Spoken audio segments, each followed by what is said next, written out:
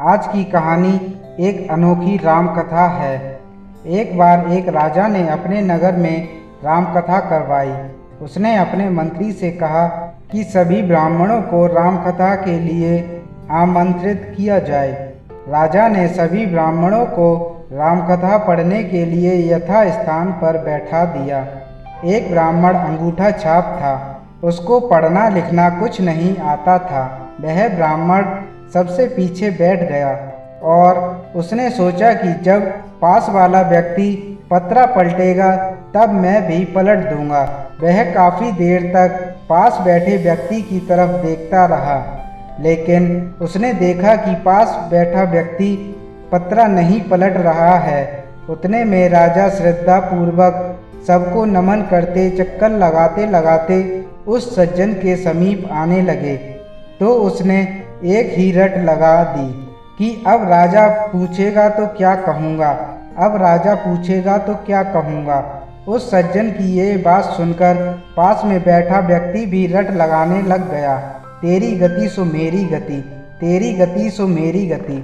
उसी समय तीसरा व्यक्ति बोला, यह पोल कब तक चलेगी, यह पोल कब तक चलेगी।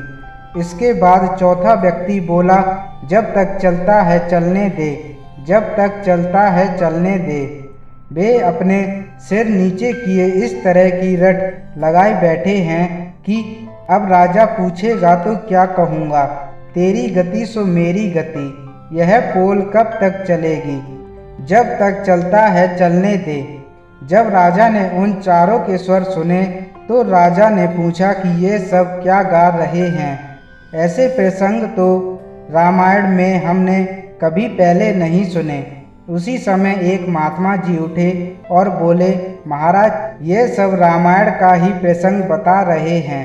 यह जो पहला व्यक्ति है यह बहुत विद्वान है। यह बात सुमंत ने अयोध्या कांड में कही है। जब भगवान राम और लक्ष्मण सीता जी को वन में छोड़कर घर लौटते हैं तब ये बात सुमंत कहता है कि अब राजा पूछेगा तो क्या कहूँगा, अब राजा पूछेगा तो क्या कहूँगा।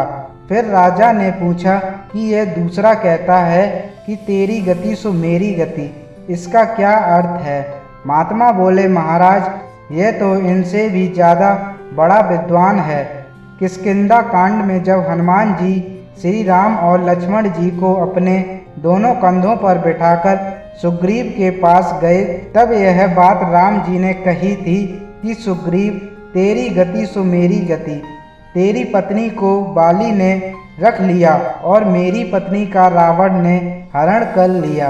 राजा ने आदर से फिर पूछा कि महात्मा जी यह तीसरा बोल रहा है कि यह पोल कब तक चलेगी।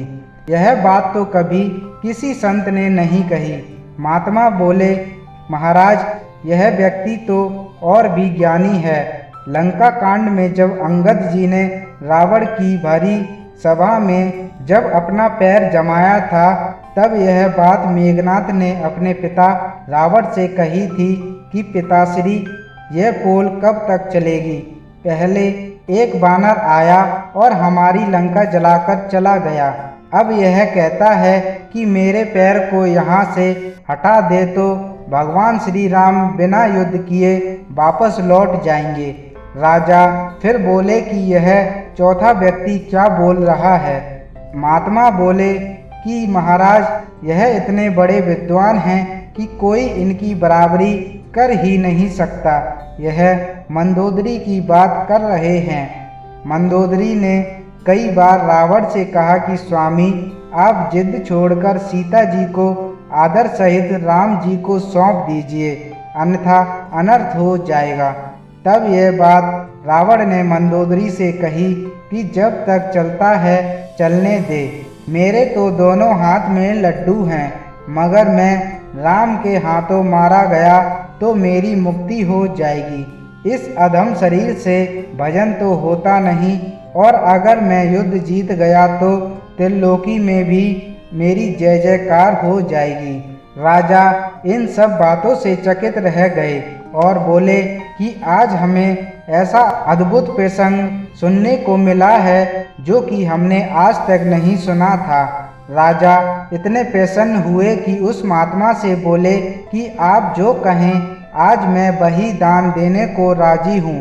उस महात्मा ने उन अनपढ़ अंगूठा छाप ब्राह्मणों को अनेकों दान दक्षिणा दिलवा दी। इन सब बातों का एक ही सार है कि कोई अज्ञानी, कोई नास्तिक, कोई कैसा भी क्यों ना हो, सभी रामायण भागवत जैसे महान ग्रंथों को श्रद्धा पूर्वक छूने मात्र से ही सब संकट से मुक्त हो जाते हैं। भगवान का सच्चा प्रेमी हो तो बात ही क्या है, मत पूछिए कि वे कितने धनी हो जाते हैं। अगर ये कहानी आपको अच्छी लगी हो तो लाइक, कमेंट, शेयर करें।